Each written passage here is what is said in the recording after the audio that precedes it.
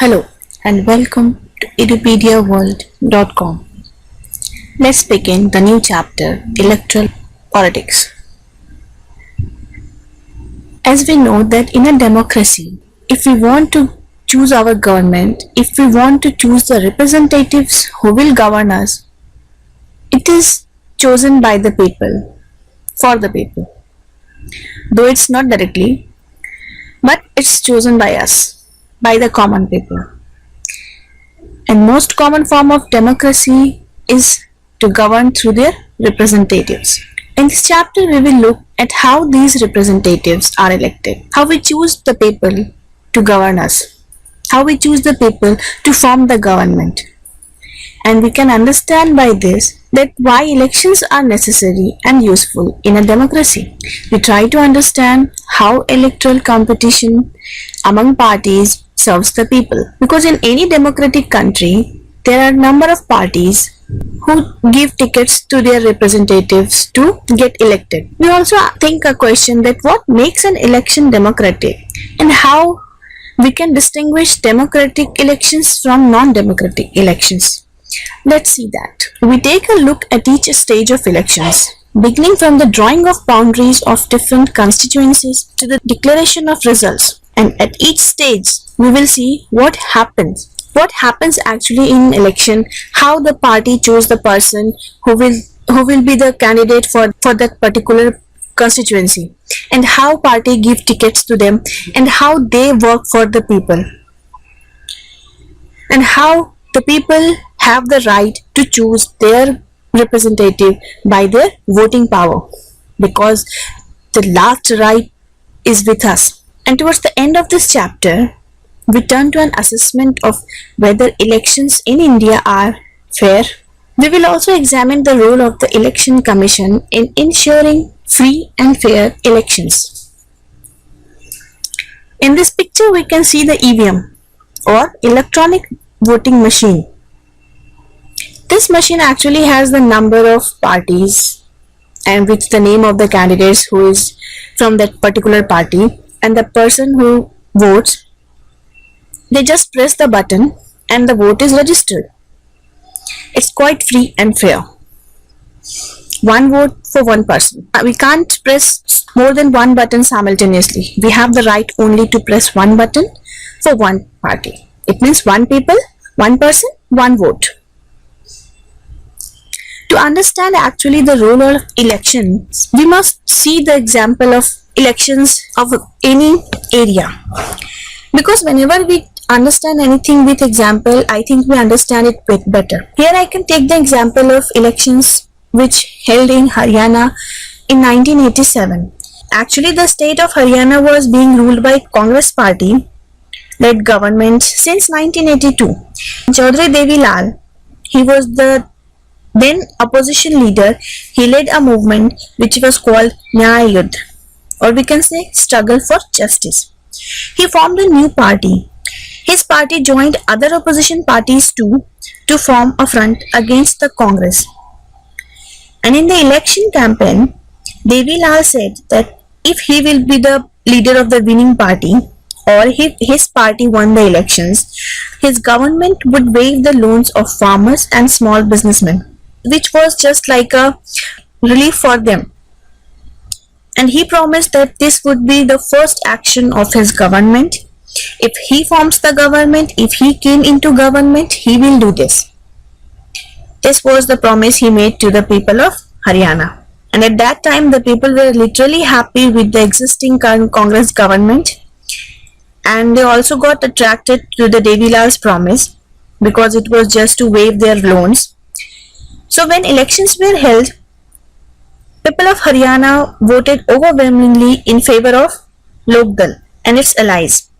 And in that election, Lok Dal and its partners won 76 seats out of 90 seats in the state assembly elections. And alone Lok Dal won 60 seats, having a clear majority in the assembly. Whereas the Congress was with just only 5 seats. This shows the power of our one person, one vote right. The power of voting which we have. And once the elections results were out, when the elections poll results were announced, the sitting chief minister resigned, who was from Congress, and the newly elected members of Legislative Assembly of Lokdal, they chose Devilal as their leader, and he became the chief minister of Haryana. Because they were in the majority, so the governor also invited Devilal to be the new chief minister. And 3 days after the poll results were announced, he became the chief minister of Haryana. And as soon as he became the chief minister, he issued a government order waiving the outstanding loans of small farmers, agricultural laborers, and small businessmen. His party ruled the state for 4 years. And as he waived the loans, the people were very happy because he had fulfilled his promise. Though he ruled for 4 years, but still in next election of 1991, again the Congress won more seats than the Lokdal, and the party did not win popular support. Means the Congress government were again in the state elections. In this picture we can see Jyoti Devilal with garland after celebrating his chief minister. Now the question comes, why do we need elections? Elections take place regularly in any democracy, but why do we need it? And let's try to imagine a democracy without elections. I don't think it's possible, but just imagine.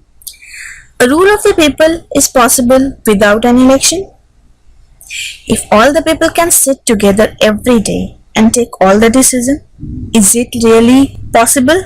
No, not at all.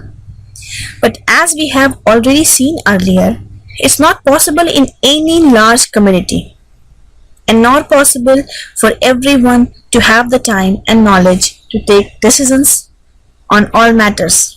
Therefore, in democracy, people rule through their representatives. They cast their vote to choose the representative to rule over them.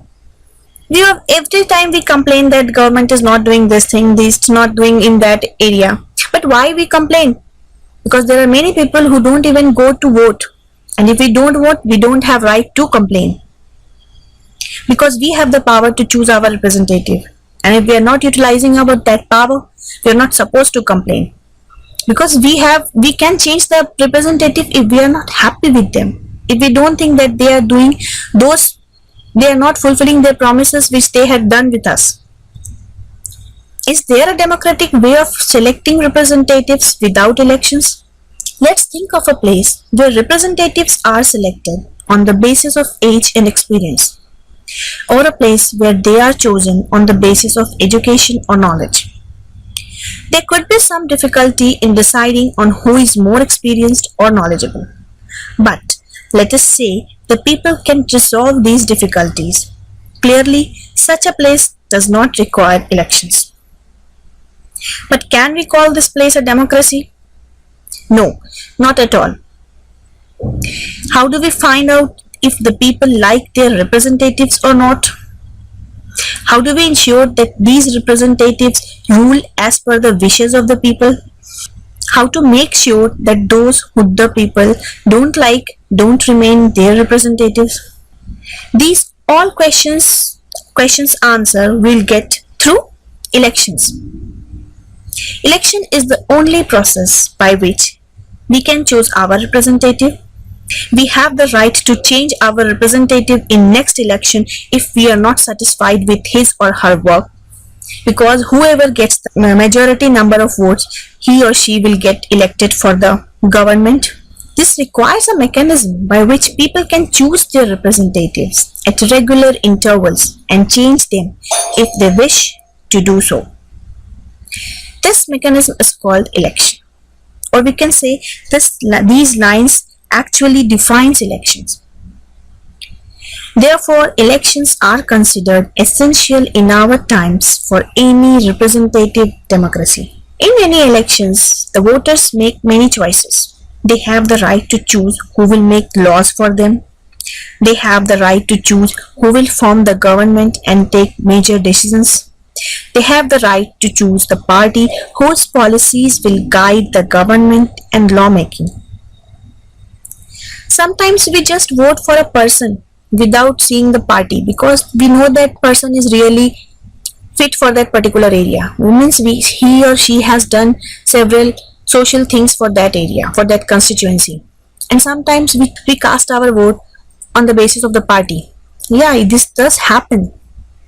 We just see the party and press our button because we know that particular party, it only thinks for the betterment of people. If the party is thinking for the betterment of people, then obviously the representative the party has chosen will work for us. Actually, what common people want? They just want the betterment of their society. They just want the basic needs of their area to be fulfilled, which can be done easily by them. Thank you. And don't forget to log on to www.edupediaworld.com and do subscribe Edupedia World on YouTube for more videos. Thank you.